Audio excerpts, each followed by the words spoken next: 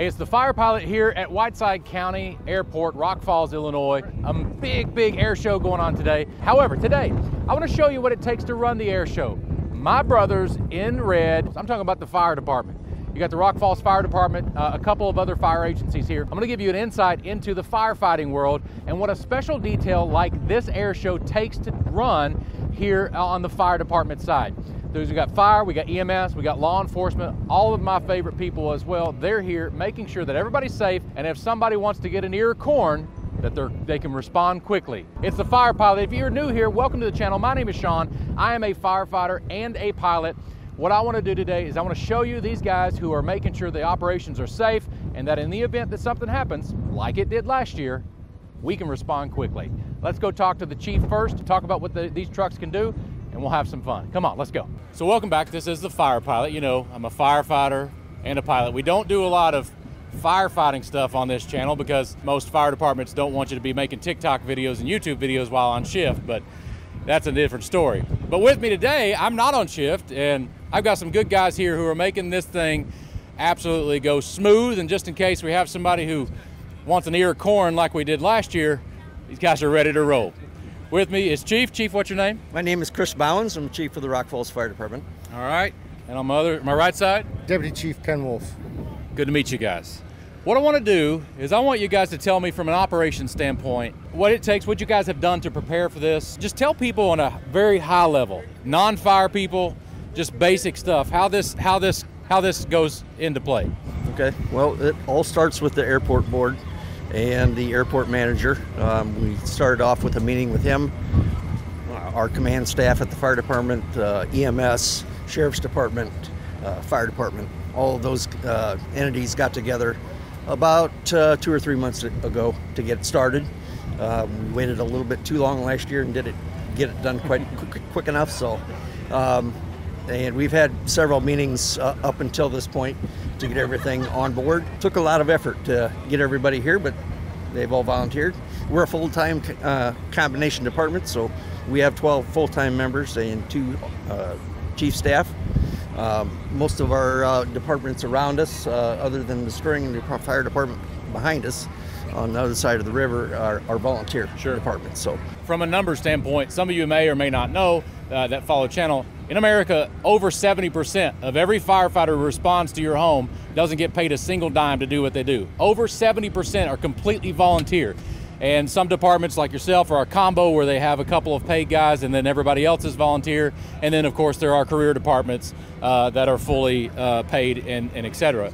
Doesn't mean that the training's any different for any of those. Everybody is held to the same standard in whatever area that you respond to. We have Erie, Linden, Fulton, Prophetstown.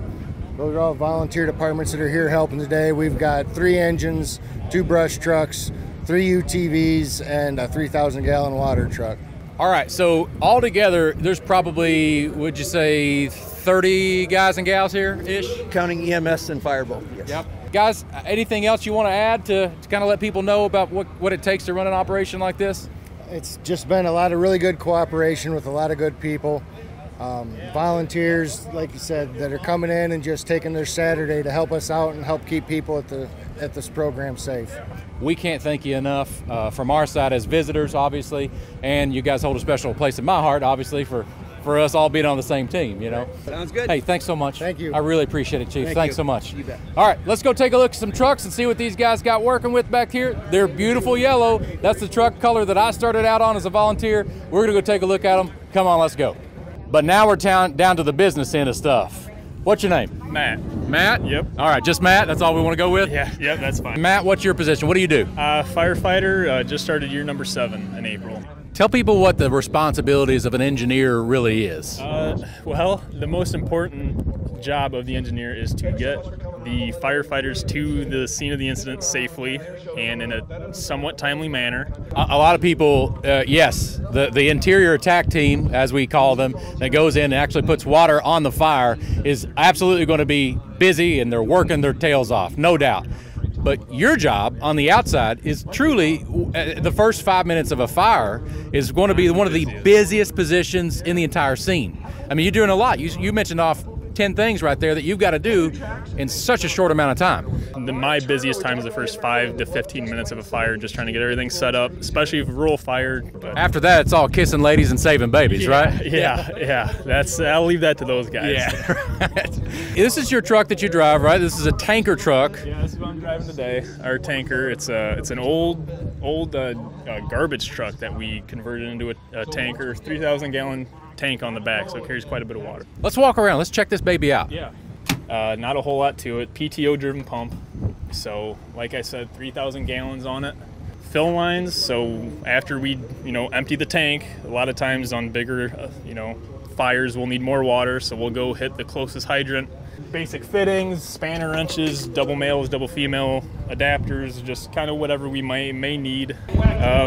This is just where the water comes out of when we dump it into that big pool. 8 or 10 inch square opening, right? You have 3,000 gallons in this container right now. At the press of a button, right here, the dump valve, 3,000 gallons of water would come out of an 8 to 10 inch, whatever this is, opening, and it dumps pretty quick, right? Yeah, I mean, I'd say probably empty it in a couple minutes. Yeah. So I couldn't tell you exact, but it didn't take long.